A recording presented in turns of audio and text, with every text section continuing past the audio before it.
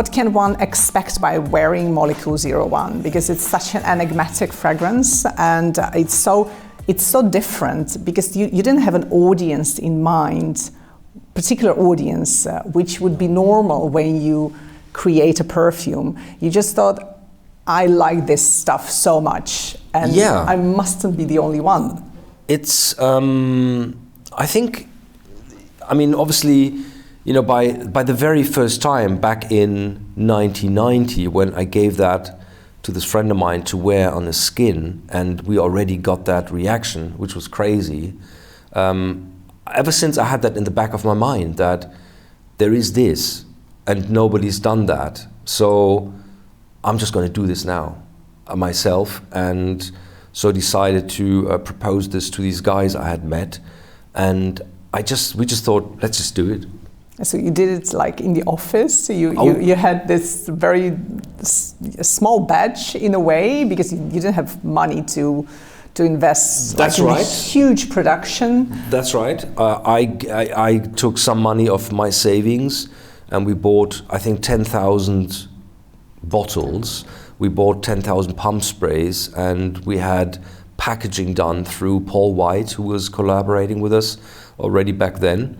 And so for probably a few 10,000 pounds, we had everything we needed to fill 10,000 bottles, which I did personally with my own hands, fill these bottles, and kind of, we just did it. And, you know, unless you sometimes just do things, you just won't know whether things are happening or not. Exactly. And I remember that once in another interview you said that because of this mixing in the office, you had enough ISO S Super under your in my shoe. Yeah, in my soles, in the leather sole of the shoe. I remember 3 years later, there was still smelling of ISO Super because I had spilled and I was, you know, walking through it. But it's just a great molecule. It's what you expect from a singular chemical, that it is not just linear, but that has some complexity. So all the molecules we've launched are complex molecules. Exactly, that's what strikes me, you know. It's just one ingredient, but when you smell it, you can smell so many facets to it. It's like fascinating, absolutely. But, you know, I always say you have this big fragrances, very loud, and then you have like middle of the road, and then you have Escentric Molucules. Yeah. So when you like this really loud fragrance, and then you smell Molecule, and it's like, yeah, I don't smell it. Yeah. Look, I think it's just that I had lots of friends back then, I remember, who weren't willing to wear fragrance, and they said it was just too much for them, so they rather wear no fragrance than a loud one.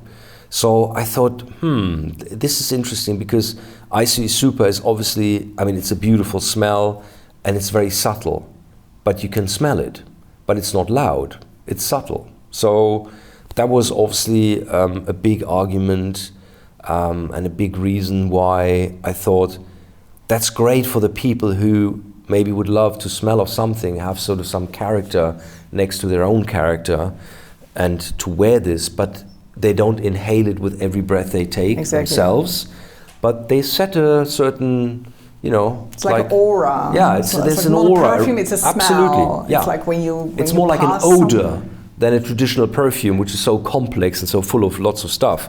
So I thought that was really attractive, and for the ones who can't think that singular and that different and creative, let's offer IC Super in a big amount within a traditional fragrance structure. And that's Escentric. And that's the Escentric 01. So Escentric 01 is very sensual. That was my idea back then, of a very sensual skin fragrance, yet it is very lasting. It has huge radiance, but it smells very sexy. I mean, I know people who've been wearing that for like 17 years now, and they still wear the same fragrance, and it makes them so happy. Never change the winning team. If it feels good, if it makes you feel good, I mean, yeah, what else would you like? Exactly. But in a way, it's like a pepper and salt to the molecules. it's there to a perfume what a pepper and salt is to your food in a way, you know. So absolutely, yeah.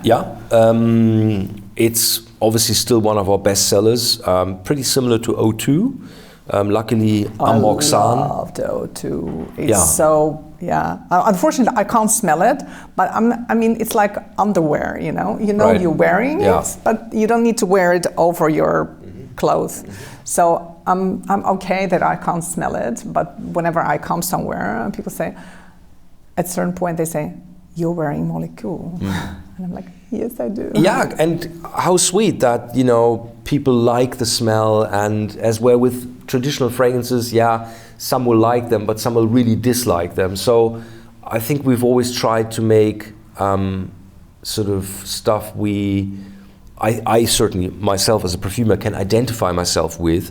Certainly with the first range, Icy Super, a sensual fragrance. Molecule 2, Amboxan, a super fresh fragrance, because Amboxan has this mineral freshness. Exactly. So that had to be, and I like freshness overall within a fragrance, so that was super fresh. Number 3, vetiver acetate as the finest vetiver note with a root topic, as in vetiver as a root, so then it's orris and ginger. So that became the... It's so amazing because you launched it, sorry to interrupt, in 2010. I mean, 13 years ago.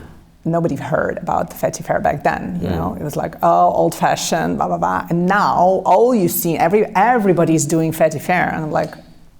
Yeah, I mean, vetiver was always a sort of a common natural to be used, but it was always expensive, so you didn't see that much maybe of it.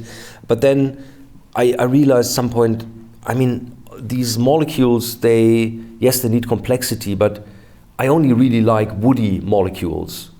It can't be floral or fruity, or that becomes kitsch very quickly. So 04 again became a sandalwood ingredient, Javanol, and 05 is Kashmiran, which is sort of like almost like a mix of a very woody but with slightly musky facets. So we always move within the same range, because I would say sophistication within a singular molecule in perfumery to me has to be woody, because only that you can bear and smell, you know, and like it, rather than you smelling of chewing gum or a flower, which can be a bit too much at some point.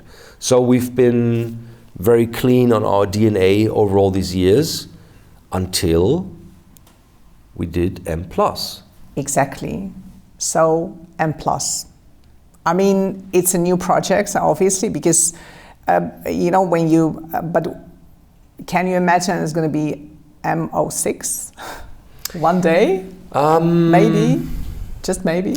I mean, look, companies still come up with new chemicals, and we don't know what company X will put out into the market to surprise us all. But I'm pretty sure that we have seen the best molecules in the market already. Okay. All the research teams, they have looked at every possible molecule there is and cooked and filtered and cooled down and heated up and filtered again to look at what happens.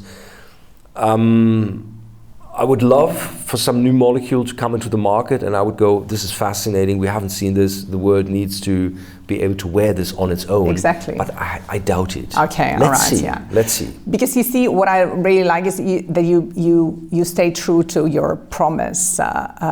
It's not like what the market is asking, you give them. No. And that's, you know, it's still like dare to be different and so disruptive. That's what I admire also about the brand, you know. Thanks. It's not like go with the flow and all the rest of the stuff which is on the market.